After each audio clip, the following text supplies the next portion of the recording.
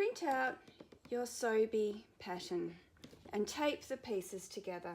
You have the option of printing individual sizes, or if you think you might like to make some for other people as well, you might want to print out all sizes. You have the option of printing out the instructions, or you can leave them as a PDF on your tablet. You also have the option of printing out an envelope design, which can help with easy reference for storage. Trace off your Sobi Belt pattern pieces. I like to use Vilene because it's see-through, it doesn't tear, it doesn't rip, and I just find it really easy to use. I buy it by the roll because I use it for all my pattern making. When you trace off your pattern, make sure you mark all the notches, the grain line, the opening, and your tie placements. These will be important. Just remember, this pattern can be reversible, so if you choose to make a lining that's going to be reversed, you might want to trace off another set of pattern pieces that go in the opposite direction. For this example, I'm going to be using plain fabric, so that will be easy for me to do. Place your pattern pieces on your fabric, making sure that your grain line is in line with the grain on the fabric. The other great thing about Vilene is that it doesn't move, so you don't even need to use pins. So I've already cut out my lining, which is going to be in red, and I'm using this beautiful taupe colour for the outer part of my belt. Cut around your pattern pieces, and again, don't forget to mark your notches because these are really important. I'll be using fabric ties for this. In the instructions I suggest using ribbon, which you can do, but I just thought that I had a beautiful piece of silk that I'd like to use for the ties. This material is a cotton and linen, and I think the contrast of having silk ties with the cotton and linen will look really good. I'm just cutting out the fabric. You can see it's nice and quick, very easy to do with the Vilene. So I'm going to mark my notches.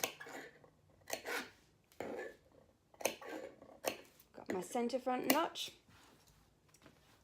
the tie position, the opening position, and another centre front notch. So that's my belt cut out. For the ties, I'm going to use this piece of silk here. This is a washer, sort of peach silk. Now I want my ties to be 4 centimetres wide, and so I'm going to bag out a tube to make my ties for this example.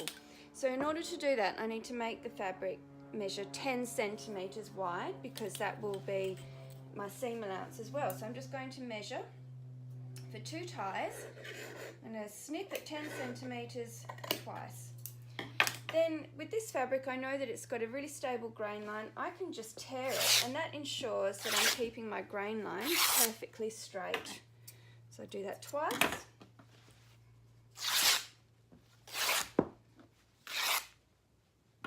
Snip it at the selvage, move those out of the way, and there we are, 2 ties, lining and outer, and I'm ready to sew. Okay, I'm going to start off by sewing the ties first because these are a different approach to the ones in the instructions. I'm going to start off by folding the fabric in half.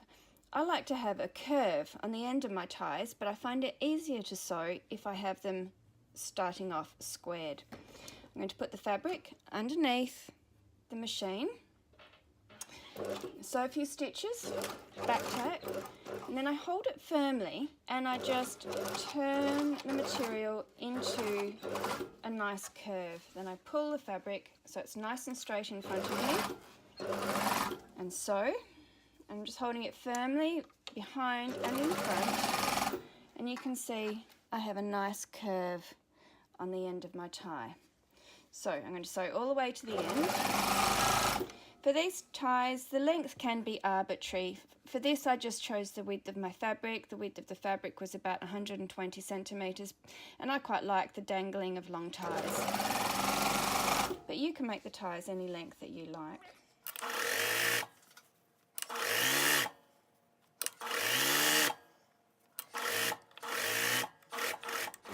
When you come to the end of the tie, back tack. Now I'm just going to show you a little trick from industry that I like to do. It saves on thread and it saves on time. So I'm going to take my next tie, folding it in half, and instead of taking the fabric out from underneath the foot, I'm going to do what's called chaining on, and that's where you just carry on sewing without cutting the thread. So again, I'm going to come around, creating the curve on the tie. So holding the fabric firmly, twisting it around, bringing in the ties to the front, and carry on sewing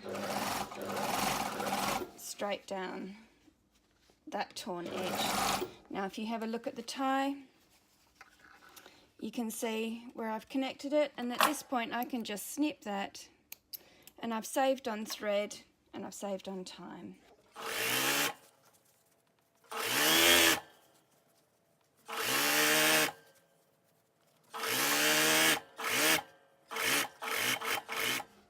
When I get to the end, just lift my foot and take it out. And then what I'm going to do is, before I turn them through, I'm going to snip this curve. Now I don't snip into a curve, I trim nice and close to it, because that stops fraying and keeps my seam a lot more stable. Do the same to the other one. Trim off the threads. Take my scissors and trim around that curve. Now I'm going to turn the ties through. I take one end and then I just tuck that curved edge into the tube that I've made, just using my thumb for a little bit. Then I like to keep a nice fat knitting needle on hand. The end has come off and that's fine. I don't use the pointy end, I use the blunt end. And I just poke that in and just push the tie through, like so. By not using the pointy end, I'm not risking poking through the fabric. So there it is, it's through, and I can just roll the edge of the needle around the curve, take the needle out, and slide the tie back on itself. And now I've got a beautiful curved edge, and that's ready for pressing. I'll do the same to the other one. So here are my ties finished. The silk presses beautifully, and you can see that curve is lovely. So this is just optional. You could use ties, or you could do whatever you wanted to create your ties. You could just have a strip and hem it. The great thing about the Pattern Union patterns is they're designed to be hacked and to made into your own. So now I'm going to sew the side seam, which is where the opening of the Sobi belt is. So you can see I've got my two small pieces on top of the big pieces. I've actually drawn on the stitching lines to make it easier for you to see, and pinned where the opening goes. So I'm going to sew from the edge down to the pin and back tack. Then from the pin I'm going to back tack, sew to the edge and back tack again. And I'm doing that on both pieces. So I'm going to start with this one. Sewing, back tacking, sewing up to the pin. Never sew through your pins because it can blunt your needle. A little trick I do is I make sure the needle is up. I don't take the fabric out, I just lift it and pull it along over to the next position and keep sewing and back tacking. Now I'm going to do the other side, and I'm going to chain on again. Sewing up to the pin, back tacking, lifting the needle so it's up, and raising the foot, bringing it over to the next position, back tacking and sewing to the edge. Now I'm going to cut the threads, cut the join, and that is ready to be pressed. One of the things I like about keeping the thread in here is that it actually helps stabilize that seam because it's slightly off grain. So when I open this out to press it, it actually gives my folded edge something to roll back onto so it stays nice and crisp. I'll give that a press. So here I have pressed my seams. I've got the right side up, and you can see if I give that a little pull, the opening is visible. First of all, I'm going to pin my ties onto the ends. So whether you're using ribbon or handmade ties, that's fine. Just take your ties and pop a pin in on one side, go over to the other side, place it on your notches,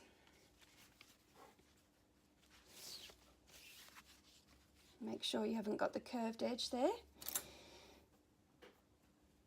like so. Pin around the edges, right sides together, and we're going to stitch around the whole of the outside. Now it can be tricky to do this without accidentally sewing over your ties. So a good little trick is to take the tie and pop it through the opening.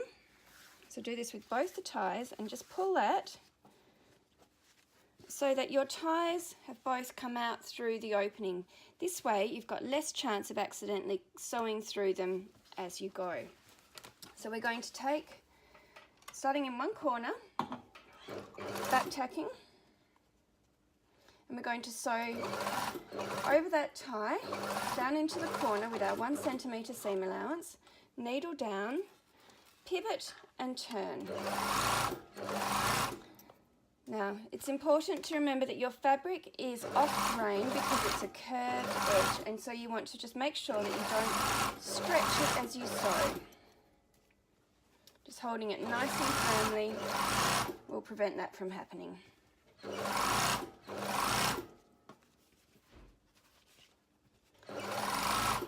When you come up to the side seam, just make sure that both these seams are flat as you sew over them. Coming around, up to the other corner,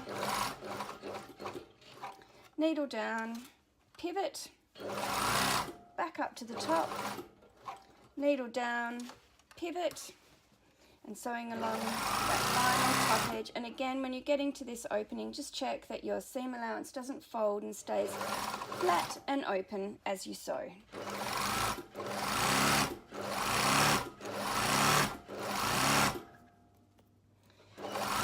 Here I'm coming up to where I started, so I'm just going to over sew, back tack, needle up and take the fabric out.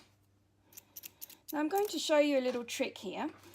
Mostly when people come to a corner like this, they would snip through it. Now unless your fabric is very thick, you don't need to do that.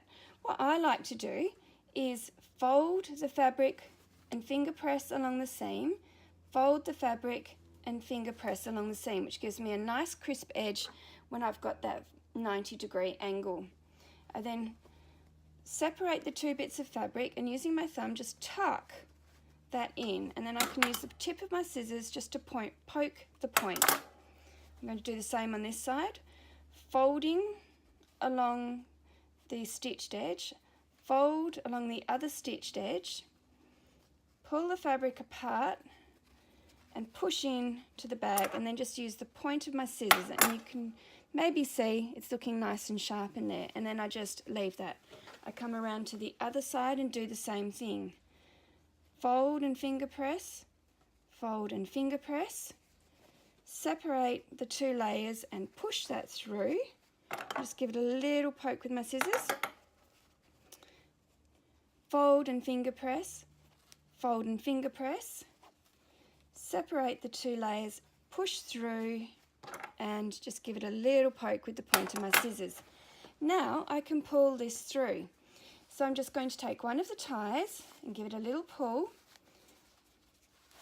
and one end comes out, and you can see here I've got beautiful sharp corners already, and that's even before I've pressed it. I'm going to turn it round and pull on the other tie, and by pulling on the tie it's bagging it out for me, and it's just so easy. So pulling, and there it is coming out. Pulling it through, and out it comes through that little opening. Open that out, and there you can see I've got that beautiful clean edge. And with that trick I showed you with stitching it, the thread on the inside is holding that really nice and cleanly. And I'll show you this other edge, and you can see nice pointed corners. So now I'm going to give that a press. Okay, I've pressed my obi and I've got nice clean edges, and you can see my opening. So there's a few ways that I can finish this. I could just stitch around this to keep the opening secured by using my sewing machine, or if I wanted to have a finer finish, I can do this by hand. So I'm going to sew it on the red side so you can see my stitching. So I'm going to start by taking a single thread through the needle and just starting a bit below where the opening is. Oops. Like so. Then I'm going to slide my needle along that folded edge and come up, and then I'm going to open this, if you can see, and I'm going to slide my needle along the folded edge of the beige side. Then I come straight up, sew along the folded edge of the red side, go straight over and sew to the folded edge of the beige side, and I just carry that pattern along. So red edge, beige edge, and then I'm at the join, so up to that red edge. Now if I give that a little pull, the stitching all disappears and it's a beautiful finish. So this is one of my favourite finishes. So if I'm sort of making a bit more effort with something, I like to do this. Okay, so again, I'm going to go along the folded edge of the red, the folded edge of the beige, folded edge of the red, just sliding it along those folds. I don't need to pull the thread at all until I'm completely finished. Along the red, along the beige, and then I'm at the end, keeping it one thread, and just go along that red,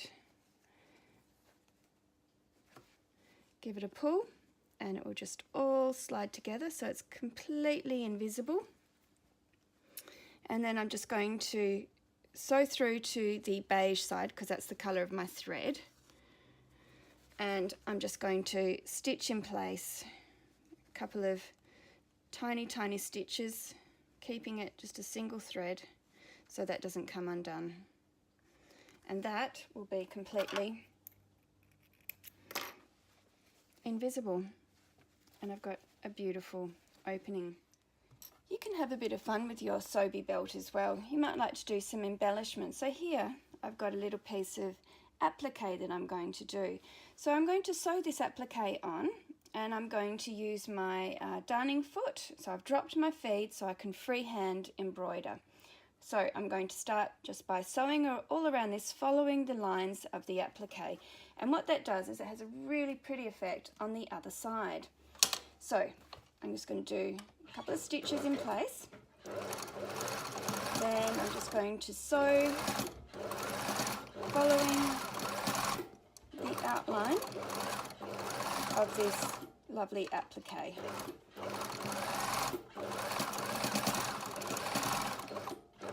And the great thing about freehand embroidering is the stitch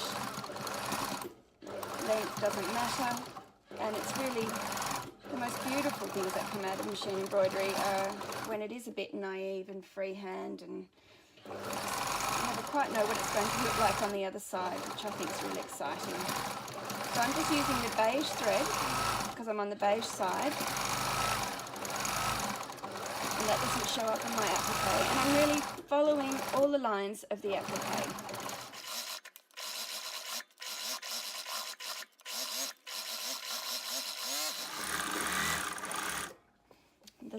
The flower has some really pretty details in there, so I'm going to follow those.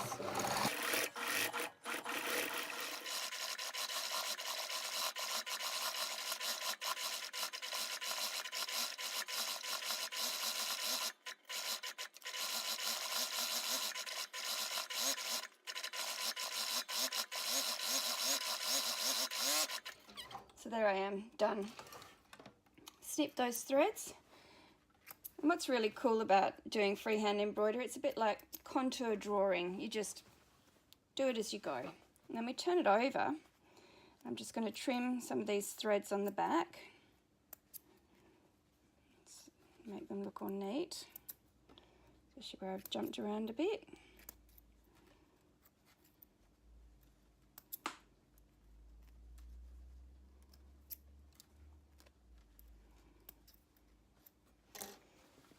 And you can see it makes a really beautiful reverse design as well, so the obi stays reversible. So here is the finished Sobi. I quite like to tie it with just half a bow because I think it looks quite elegant, and I just like the ties to hang down. Now I'm going to reverse it. So I'm going to undo the bow. You can see the pretty applique. Turn it around and you can see the tie coming out and the overlap. So we'll take that off.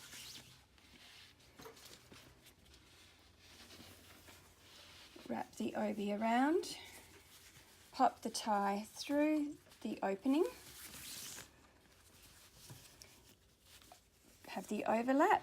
Turn it round. And there you can see the reverse applique. Bring the tie around. Make a single knot. The ears of a bow, bring it through, and instead of completing the bow, I just bring the tie right through. And I think that looks beautiful. Have fun sewing your Sobi belt, and don't forget to share your makes on Instagram using the hashtag Sobi Belt, because I would love to see what you do as well. Have fun!